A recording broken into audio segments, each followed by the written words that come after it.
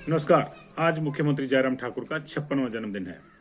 इस अवसर पर उनके सरकारी आवास ओक ओवर में शिमला में 56 किलो का केक काटा गया और बाकायदा एक बड़ा समारोह हुआ। बड़ा हम इसलिए कह रहे हैं क्योंकि आपको याद होगा कि आपके यहाँ जो समारोह हो रहे हैं उन पर अभी भी 50 लोगों से ज्यादा शामिल नहीं होने की बैंडिंग लगी हुई है।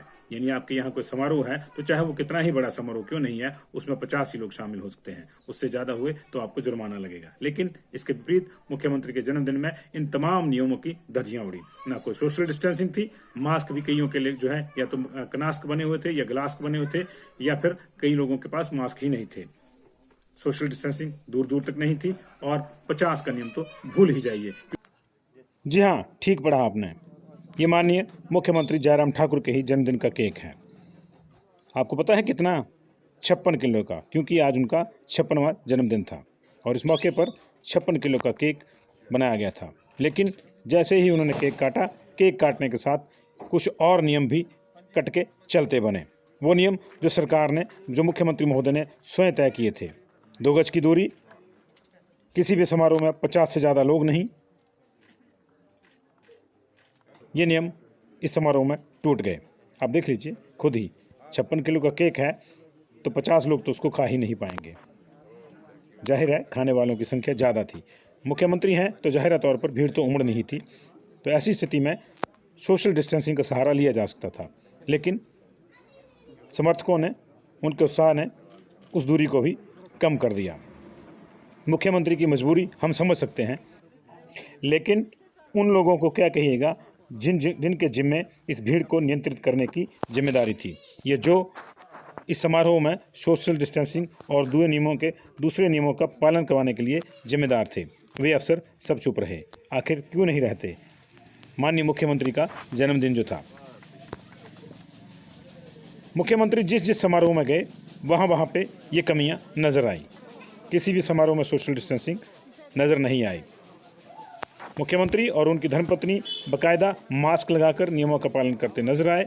मंत्रियों के मुंह पर भी मास्क नजर आए, लेकिन बहुत से लोग ऐसे भी थे जिनके मास्क या तो गले में थे या कान में थे, या फिर कुछ ऐसे भी नजर आए समारोहों में जिनके मास्क थे ही नहीं।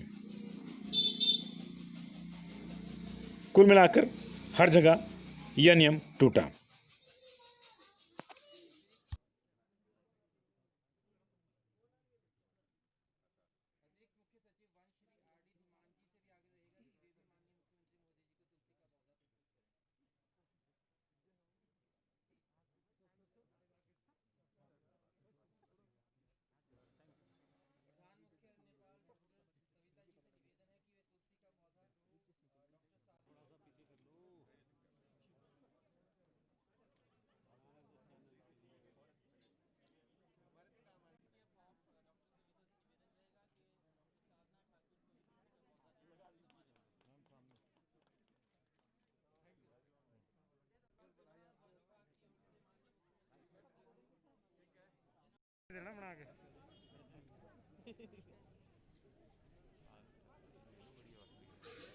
ओक ओवर के बाद मुख्यमंत्री हॉस्पिटल में लगे रक्तदान शिविर का जायजा लेने गए।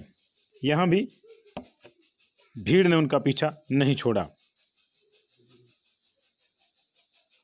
और जिनके जिम्मे भीड़ को रोकने, उसको बाहर रखने की जिम्मेदारी थी, वो यहां भी चुप रहे।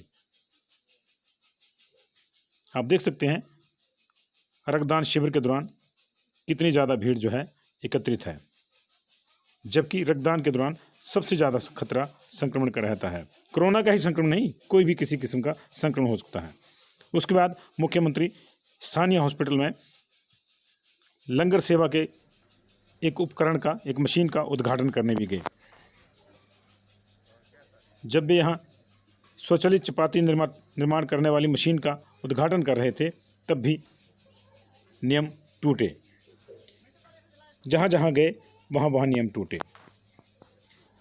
हम लोग इसकी चर्चा इसलिए कर रहे हैं क्योंकि नियमों को लेकर सरकार सख्त थी।